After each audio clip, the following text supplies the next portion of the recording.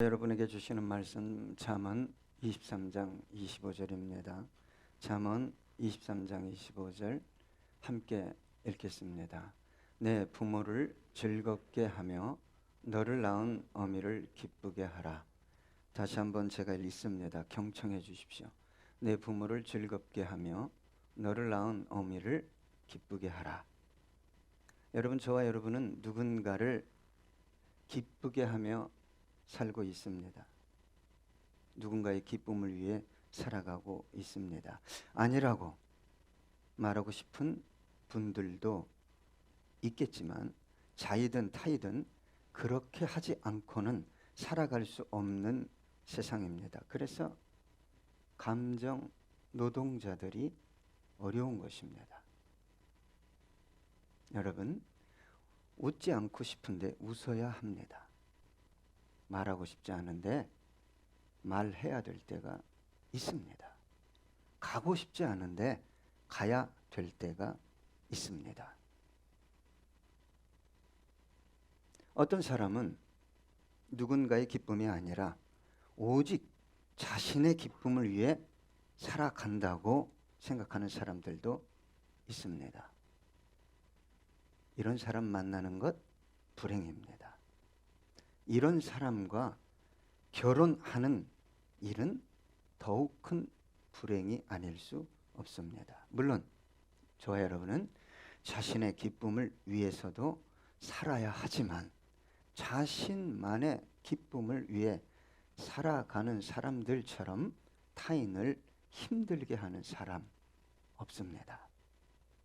자, 이런 사람은 왕이 되든지 제 생각에 그렇습니다. 외딴 섬에 가서 홀로 살아야 한다고 생각합니다. 왜요? 상처받고 싶지 않다. 섬기고 싶지 않다. 억울한 일 당하고 내가 살 수 없다. 이런 삶의 태도를 보이고 있기 때문에 그렇습니다. 저와 여러분은 누군가에게 기쁨을 주기도 하고 누군가에게 기쁨을 받기도 합니다. 기쁨을 주기 위해서는 방어벽을 철저히 쳐서는 기쁨을 줄 수 없습니다. 받겠다고만 하는 것입니다. 상처를 받을 수 있습니다. 때로는 고통을 당할 수도 있어요. 그래야 누군가를 기쁘게 할 수 있지 않겠습니까? 우리 그리스도인들은 자신의 기쁨을 위해 살아가는 사람들이 아닙니다. 자신만의 기쁨을 위해 살아가겠다는 것은, 그렇게 생각하고 있다면 그 사람은 스스로 나는 그리스도인이 아닙니다 라고 선언하는 것과 동일한 것입니다. 어떻게 자신만의 기쁨을 위해 살아가는 사람이 그리스도인다운 삶을 살아갈 수 있겠습니까? 여러분, 그리스도인은 거듭났다는 거예요.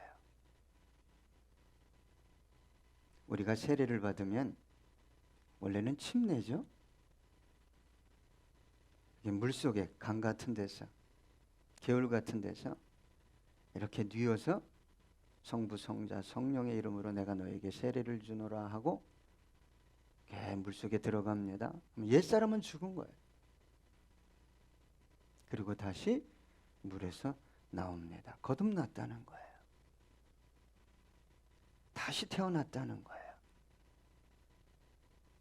여러분, 예수 이전의 내가 아니라는 거예요. 예수를 만났음에도 불구하고 삶이 유턴한 경험이 없어요. 가치관이 유턴한 경험이 없어요. 그러면서 예수를 계속 찾아요.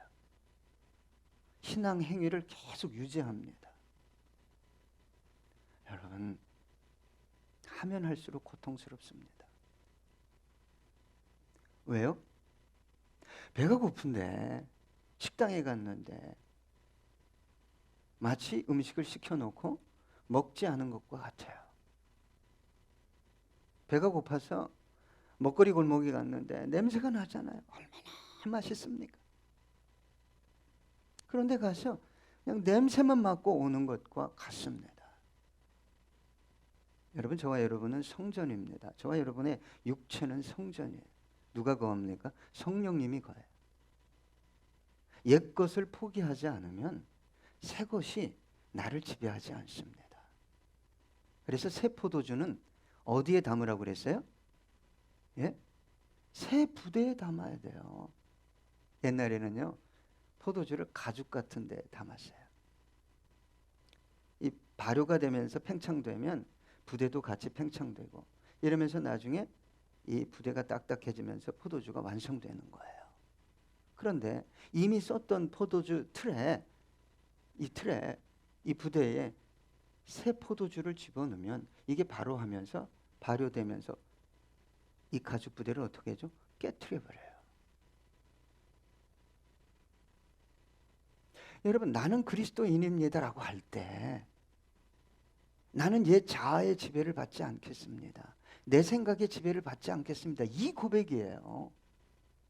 대화를 해보면 어떤 사건을 생각하고 말하고 해결하고 하려고 하는 방식을 보면 지극히 육신적이에요. 참 가슴이 아파요. 그리고 열심히 믿어요.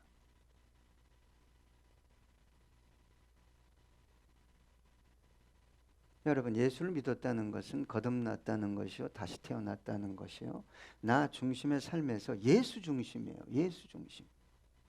네? 어떻게 하면 내가 성경 중심의 삶을 살아갈 수 있을까? 예수를 만났다는 건, 정말 만났다는 것은 내가 깨졌다는 거예요. 아니요, 박살났다는 거예요. 그래서 삶의 이유와 목적이 바뀌어 버렸다는 것입니다.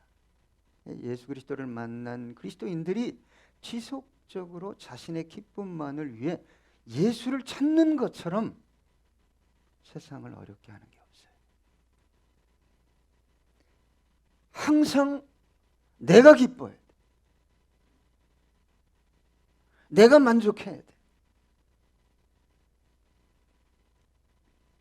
여러분, 예수를 믿는 저와 여러분은 예수님께 나오면 나올수록 누굴 닮아야 돼요? 여러분, 오래 믿었다 중요하지 않습니다. 직분이 있다? 그것도 중요하지 않아요. 예? 뭐 신비한 음성을 들었다, 기적을 경험했다? 저는 그거 중요하게 여기지 않습니다. 절대. 예? 말기암에서 살아났다? 중요하게 여기지 않아요. 하나님의 능력이 중요하다, 중요하지 않다라는 게 아니라 그 사람에게 더 중요한 것은 뭐냐? 그 안에 예수가 있느냐? 예수의 가치가 있느냐? 이 사람이 정말 예수를 닮아가고 있는가? 아니면 닮아가려고 몸부림치고 있는가? 이게 중요해. 이게 아름다운 거예요.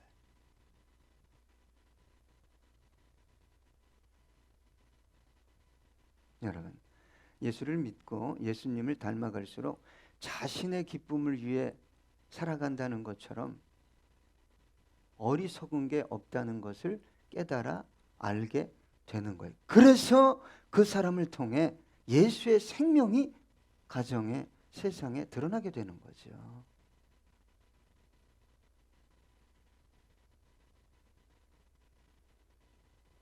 왜요? 주님께서 나와 같은 보혜사를 너희에게 보내주겠다고 그랬어요. 성령님이십니다. 성령님이 내 안에 내주하시기 때문에. 성령님은 어떤 열매를 맺게 하죠? 예? 너무 은사 좋아하지 마십시오. 음성 듣는 거 들으셔야 합니다. 그러나 더 아름다운 것은 사랑과 희락과 화평과 오래 참음과 자비와 양성과 충성과 온유와 절제. 이거 쫓아가시면 돼요. 예수님께서 이 땅에 왜 오셨죠? 저와 여러분을 살리기 위해서, 다시 말해 자신의 생명을 내어 주시기 위해 오셨어요. 저와 여러분이 주님을 위해 산다, 교회를 위해 산다는 것은 그와 같아야 되는 거예요. 그런 삶을 찾아볼 수가 없어요. 내가 기뻐야 되고, 내가 원하는 것이 이루어져야 되고, 마태복음 20장 28절 보니까 인자가 온 것은 섬김을 받으려 함이 아니라 도리어 섬기려 하고 자기 목숨을 많은 사람의 대속물로 주려 함이니라. 신앙이 온전해졌다는 것은 이런 삶을 쫓아간다는 것이지, 내 손에 무엇이 주어졌다 이거 아닙니다. 이게 주어지면요 여러 사람 힘들게 합니다. 가정에서뿐만 아니라 특히 교회에서도. 여러분, 그리스도인은 누구의 기쁨을 위해 살아가야 되냐? 먼저는 하나님의 기쁨입니다. 여러분 생각해 보십시오. 내가 신앙생활 하는 이유가 하나님의 기쁨을 위함인가? 하나님은 우리를 창조하셨어요. 더 나아가서 우리를 구원하신 우리의 아버지 하나님이십니다. 하나님이 저와 여러분 볼 때 어떻게 볼까요? 어떻게 볼 것 같아요? 아주 사랑스럽게 봅니다. 그러나 한 가지 잊으시면 안 되는 게 있어요. 우리 자녀를 통해서, 정말 사랑하는 자녀를 통해서 부모가 많은 아픔을, 가슴이 찢어지는 고통을 느낄 수 있어요. 분명히 하나님은 저와 여러분을 사랑하십니다. 저와 여러분 보면요, 너무 황홀해서 어찌할 바 몰라 하셔요. 에스파냐 3장 17절 보니까 너의 하나님 여호와가 너의 가운데에 계시니 그는 구원을 베푸실 전능자이시라. 그가 너로 말미암아 기쁨을 이기지 못하시며 너를 잠잠히 사랑하시며 너로 말미암아 즐거이 부르며 기뻐하시리라 하리라. 아멘. 하나님은 저와 여러분을 너무너무 사랑하셔서 저와 여러분이 절망을 향해, 저주를 향해, 불행을 향해 달려가는 것을 못 본 채 할 수가 없었어요. 그런데 저와 여러분은 그것이 행복이요, 자유요, 풍성한 삶이라고 착각하고 달려가는 거예요. 착각하고.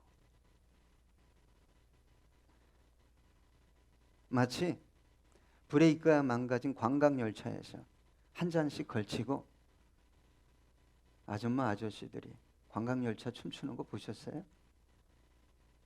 요즘은 그거 좀 많이 없어진 것 같은데, 여러분 막 춤추고 있는데 가정해 보는 거예요. 그 관광열차의 브레이크가 망가졌어요.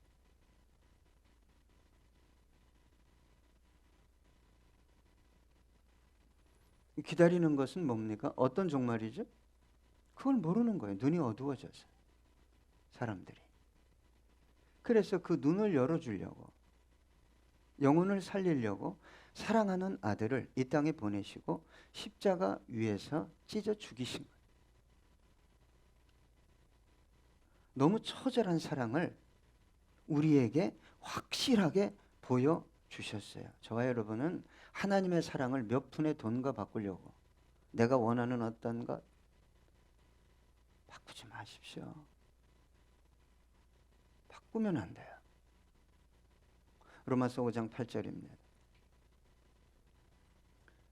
함께 읽어볼까요?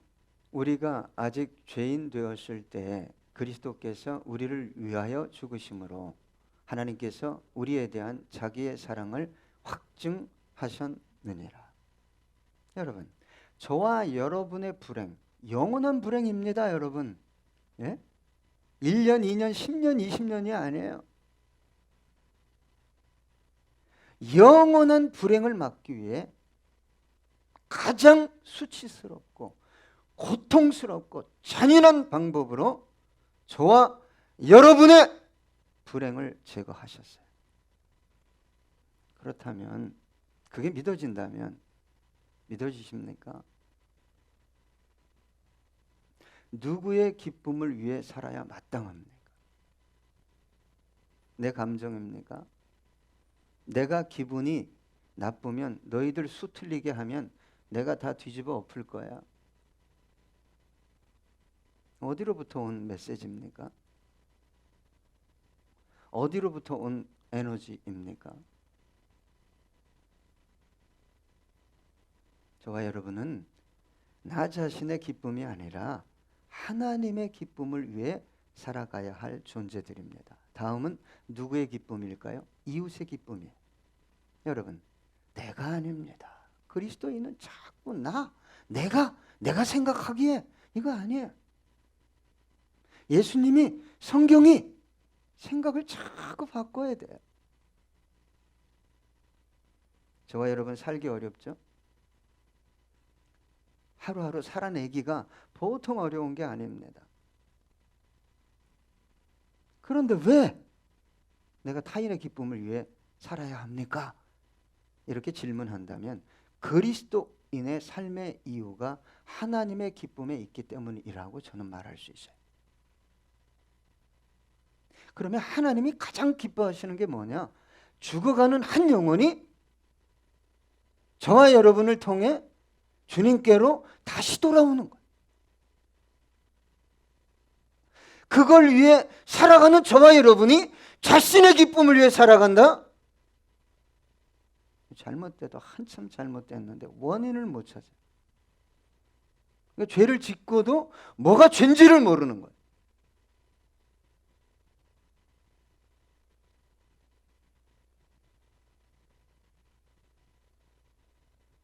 그래서 예수님이 한 마리 잃은 양을 찾기 위해서 들판에 99마리의 양을 놓고 한 마리 양을 찾으러 갔어요. 여러분, 지금 저와 여러분의 예배를 통해 받으시는 영광과 기쁨보다 저와 여러분이 나가서 그 잃어버린 한 영혼을 만나서 애타게 찾는 그 모습을 더 뭐하는 거예요? 하나님은 기뻐하십니다.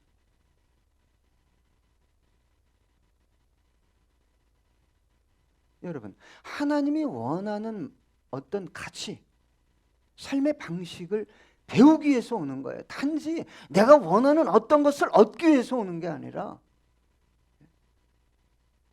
그리고 세상 속에 나가서 저와 여러분이 먼저 그의 나라와 의를 구하니까 생각만 해도, 탄식만 해도 뭐 하는 거예요? 하나님의 손길이 느껴지는. 아, 하나님이 다 예비하시고 인도하시는구나. 내가 왜 그렇게 생존을 위해 살았을까? 내가 왜 그렇게 경쟁했을까? 그 고백이 절로 나오게 되는 것입니다. 여러분, 내가 아니라 나는 너의 기쁨을 위해 살아가야 할 존재야. 이게 율법이 될 때 엄청 힘듭니다. 할 수가 없어요. 고통스러워요. 그래서 여러분은요, 저와 여러분은 딴 은혜를 구하는 게 아니죠. 하나님, 제가 누군가의 기쁨을 위해 이 하루를 살아갈 수 있는 은혜를 허락해 달라고. 저와 여러분은 복음에 합당한 삶을 살아야 됩니다. 이건 의무일 뿐만 아니라 특권이에요. 이 세상에서 누리는 영광과 비교할 수 없는 저 하늘 영광이 기다리고 있어요. 그래서 저와 여러분이 구해야 할 것은 어떻게 하면 한 영혼이라도 더 세우고 주께로 인도하기 위해 제가 필요한 게 뭘까요? 고민하면서 구하셔야 해요. 사도행전 4장 31절 보니까 참 고통 가운데 예수를 죽였어요. 초대교회 사도들을 잡아 죽이려고 했어요. 빌기를 다음에 모인 곳이 진동하더니 무리가 다 성령이 충만하여 담대히 하나님의 말씀을 전하니라. 환경을 바꿔달라고 기도하지 않았어요. 나를 바꿔달라고, 하나님 내 영혼을 채워달라고. 당신 내 안에 들어오시면, 그 권능이 내 안에 들어오시면, 예수 그리스도 안에서 사도 바울이 고백했어요. 내게 능력 주시는 당신 안에서 내가 뭐든지 할 수 있습니다.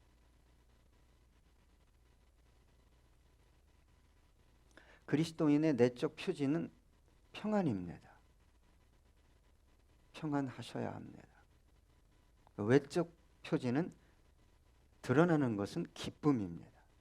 근데 이 기쁨과 평안은 세상이 알 수도 줄 수도 빼앗을 수도 없는 거예요. 저와 여러분이요, 사람에 따라 환경에 따라 코로나 바이러스가 막 너무 고통스럽게 하니까 그 상황 속에서도 그 절망 한가운데 있어도 저와 여러분이 뺏기지 말아야 할 평안, 기쁨, 그는 세상 어떤 것으로부터 오지 않습니다. 심지어 죽음도 그 평안과 기쁨을 빼앗아 갈 수 없는 거예요. 요한복음 14장 27절, 평안을 너희에게 끼치노니 곧 나의 평안을, 누구의 평안입니까? 주님의 평안이에요. 너희에게 주노라. 내가 너희에게 주는 것은 세상이 주는 것과 같지 아니하니라. 너희는 마음에 근심하지도 말고 두려워하지도 말라. 여러분, 누군가를 기쁘게 해드려야 된다, 이게 율법이 되면 더 고통스럽습니다. 삶이 더 힘들어요. 다시 말하면 예수님이 주시는 평안이 내 안에 자리하지 않는데 그렇게 살려고 하면 할수록 고통스러워, 어려운 거예요. 그러니까 주님 앞에 나가서 주님, 당신의 평안을 주십시오, 당신의 기쁨을 달라고 기도하는 저와 여러분이 되어야 할 것입니다. 그리스도인은 나의 기쁨 아닙니다. 하나님의 기쁨이요, 타인의 기쁨입니다. 그렇게 살아야 할 저와 여러분에게 또 다른 누군가의 기쁨을 위해 살라고 오늘 말씀하십니다. 오늘 본문에 보니까 내 부모를 즐겁게 하며 너를 낳은 어미를 기쁘게 하라. 여러분, 효도해야 합니다. 효도해야 합니다. 아멘을 안 하네. 예? 효도해야 됩니다. 예. 효도해야 복 받습니다. 예수 안 믿어도 율법이기 때문에 효도하면 복을 받아요.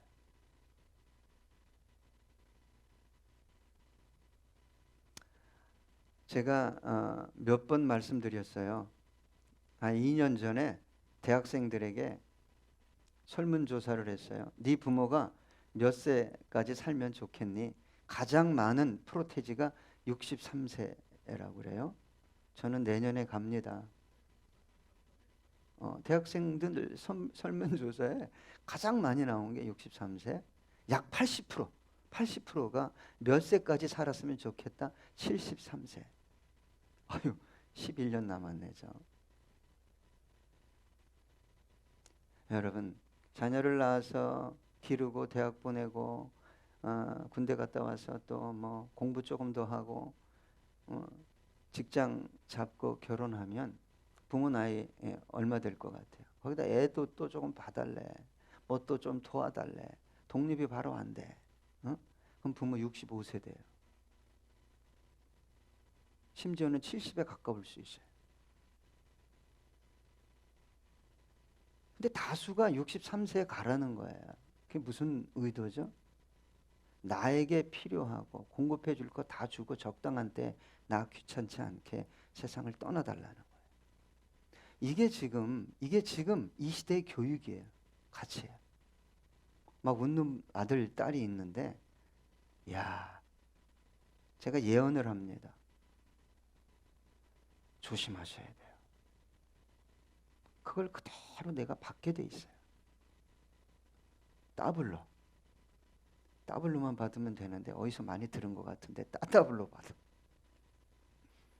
힘들고 고통스러워도 효도하십시오. 열매를 따먹게 돼 있습니다. 여러분, 요즘 젊은 친구들이 부모님의 노후, 부모님을 어떻게 기쁘게 해드릴까? 어떻게 이벤트를 할까? 아이고, 자기들 이벤트는 무지하게 잘해요. 좀 이벤트 해봐. 응? 우리 어머니를, 우리 아버지를 내가 올해는 어떻게 깜짝 쇼를 해드릴까? 뭐 어떤 분 보니까 5만 원짜리 지폐로 꽃다발을 이렇게 해서 드리는데 나도 한번 받고 싶어.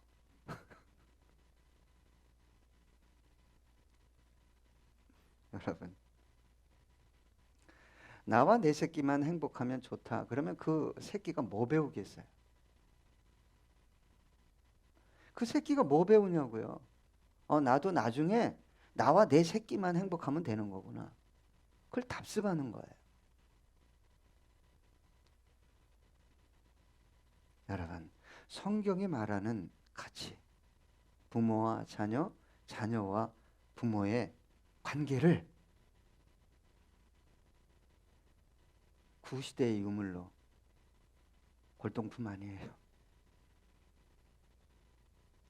말은 맞지만 목사님 말은 맞는데 시대가 달라졌어요. 그래 자꾸 얘기하면 짜증나게 잔소리한다고 그래요. 저와 여러분은 그리스도인입니다. 그리스도인의 삶의 기준과 방식은 자꾸 어디로 회귀해야 돼요? 진리로, 성경으로 돌아와야 돼요. 세상 사람들이 다 그렇게 사는데요, 그렇게 말하는데요, 별로 중요하지 않습니다. 성경이 말하는 가치를 쫓아가야 누구의 복을 받는 거예요? 하나님의 복 받는 거예요. 왜? 하나님의 말씀이니까. 신명기 5장 16절에 보니까 너는 내 하나님 여호와께서 명령한 대로 내 부모를 공경하라. 그리하면 내 하나님 여호와가 내게 준 땅에서 내 생명이 길고 복을 누리리라. 오래 살고 돈도 많고. 야, 근데 하나님의 명령이에요. 명령. 여러분 선택하면 안 돼요. 이건.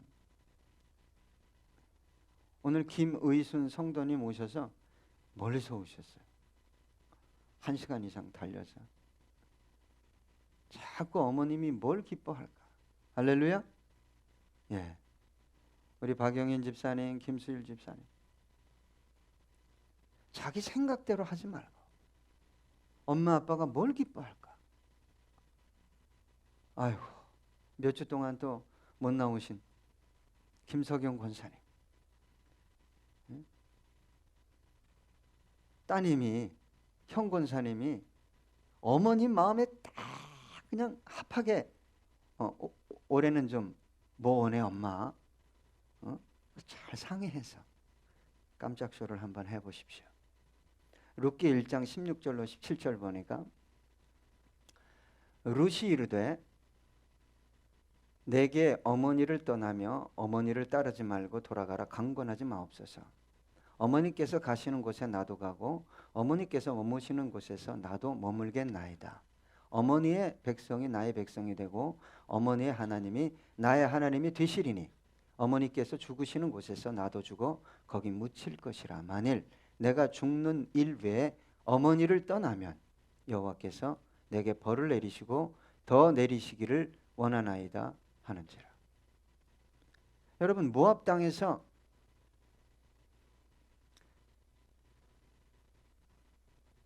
남편과 두 자녀가 두 아들이 죽었어요. 이방 땅에서. 며느리들이 이 나오미를 쫓아올 이유가 없었어요. 근데 룻이 어떻게 했어요? 목숨을 걸고 이방 땅을 향해 쫓아가요. 그래서 누구 만나게 해주셨어요? 하나님이? 거부를 만나게 해주셨어요. 보아스. 그리고 이방 여인이 예수님의 족보에 들어오는 축복을 받게 됩니다. 여러분, 나를 낳아 길러준 어머니를 귀하게 여기지 않는 사람은 사람이 아닙니다. 인간이 아니에요.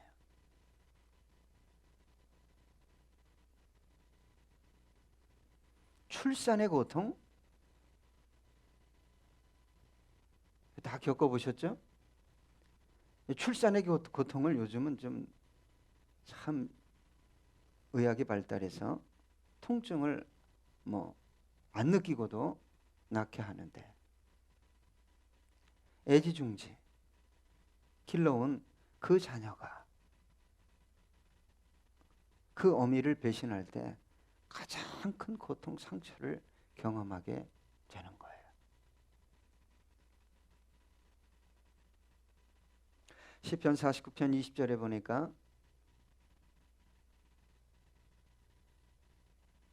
시편 49편 2절은 저게 아닌데 제가 잘못 말한 것 같습니다.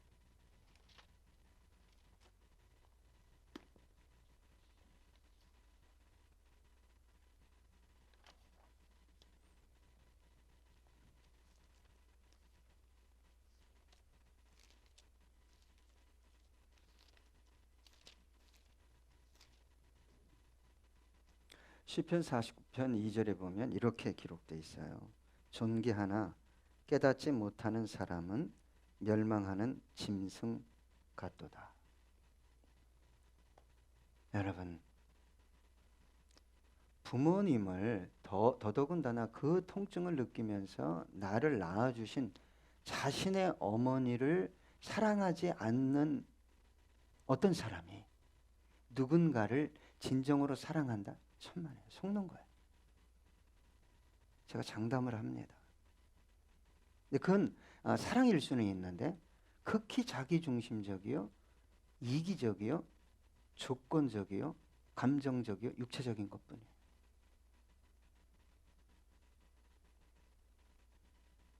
사랑 중에 가장 아름다운 사랑은요, 어미의 사랑입니다. 모정이에요. 이걸 망각한 인간이 만난 누군가를 진정으로 사랑한다? 저는 안 믿습니다. 절대 안 믿습니다.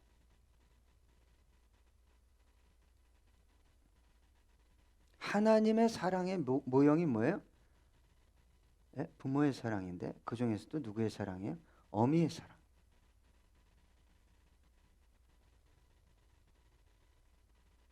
그렇다면 여러분, 부모가 가장 기뻐하는 게 뭐죠? 예? 우리 박 집사님이 하랑이가 언제 기뻐요? 간단해요. 말 잘 들으면 기뻐. 말 잘 들으면.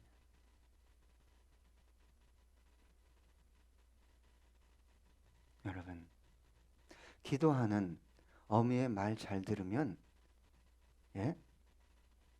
좋은 일 많이 일어납니다. 다시 말하면 부모는 언제 기뻐하냐? 부모가 말씀하실 때 경청하는 거예요. 성경이 말하는 경청은 무엇을 포함하는 거죠? 순종을 포함하는 말씀입니다. 근데 애들이 엄마가 얘기하면 잘 듣는 척해. 왜? 원하는 거 얻어내려고. 알았어. 빨리 끝내고 원하는 거 달래는 거야. 여러분, 우리 부모님이 얘기할 때 자꾸 머리로 듣지 마시고 가슴으로 들어야 돼요. 가슴으로. 머리로 들었던, 머리에만 남아있던 어머니의 말씀이 나중에 가슴으로 탁 내려올 때가 있어요.